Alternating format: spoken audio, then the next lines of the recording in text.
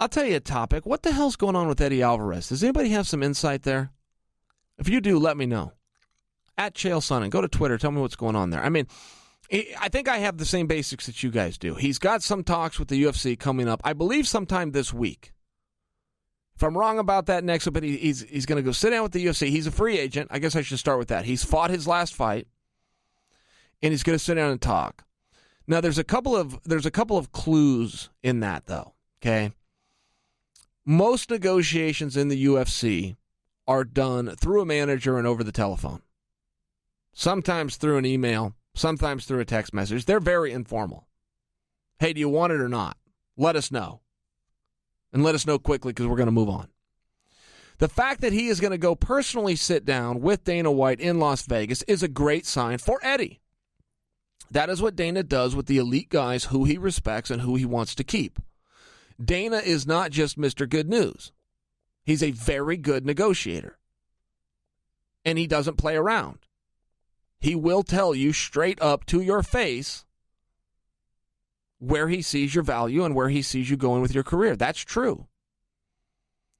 But at the same time, usually when Dana brings a guy out and he sits him down, it's because he sees something positive with that athlete. Eddie's coming off a couple of losses. I just don't think it matters. I know when they get to the negotiating room, they will try to convince him that it does. But I don't know that it matters with Eddie. He's a former champion. He's extremely fun to watch. And there's some guys whose records you just forget. I mean, I use Justin Gaethje by example. He's also coming off of 2 losses. And guess what his next fight is? A main event. So you can't just tell me that if a guy has a couple of losses in a row, however they come, decision, knockout. So you can't just tell me. I mean, that's kind of an old rule. It's an old rule of thumb that we really don't see very much anymore. Justin Gaethje has 2 losses. He is going to main event a show, and it's going to do well. A lot of people are going to go watch it, and a lot of people are going to go watch it on television. Some live, some from their living rooms, but it's going to get eyeballs. And nobody's sitting around going, well, I was going to go, but he lost his last fight. No, he's a hammer that puts it all out there against other hammers, and whatever happens after that happens after that. He's got no quit in him. He's very fun to watch. He's got bad intentions. He's a rough guy. And frankly, he handles losing well. I mean, whoever got points for that? Well, Justin Gaethje. He's a good dude in defeat. He gets right back on the horse. I bring up Justin Gaethje because it ties in with Eddie Alvarez. If you're going to try to tell me that Eddie has lost 2 fights in a row, and therefore, and you're going to follow that up with something negative, I'm just going to offer you that so has Justin Gaethje. And his next fight is a main event that's going to do very well. I am excited to watch him fight James Vick. I'm looking forward to that.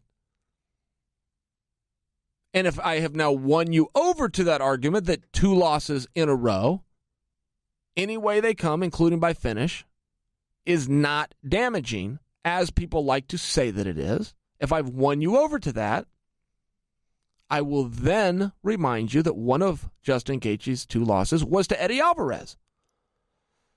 And Justin's going to headline a show. I just want to offer that because too many times do I see a fighter get dismissed.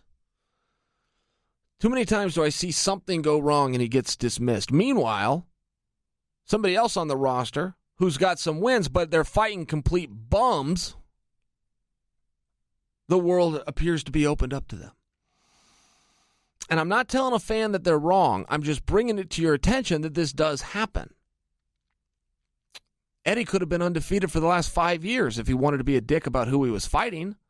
If he wanted to cherry pick and whine and sit out. He got in there and did some real heavy lifting against some real heavy opponents. So the outcome's the outcome.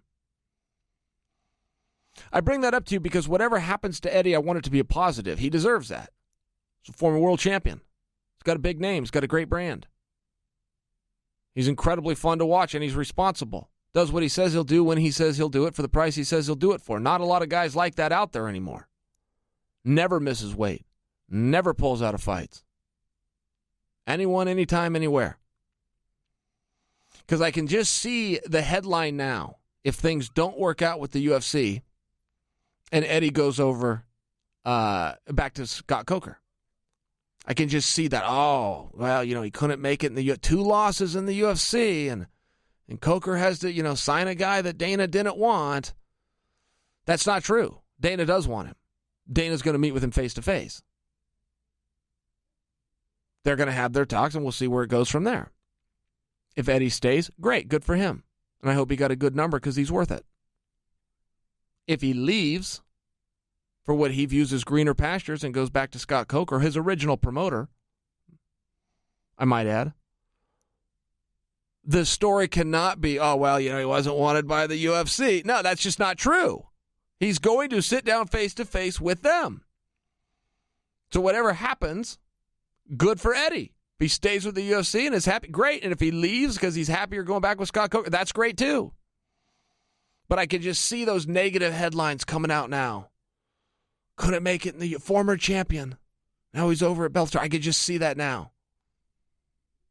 It's ridiculous, and it's not accurate. And Eddie deserves a lot better.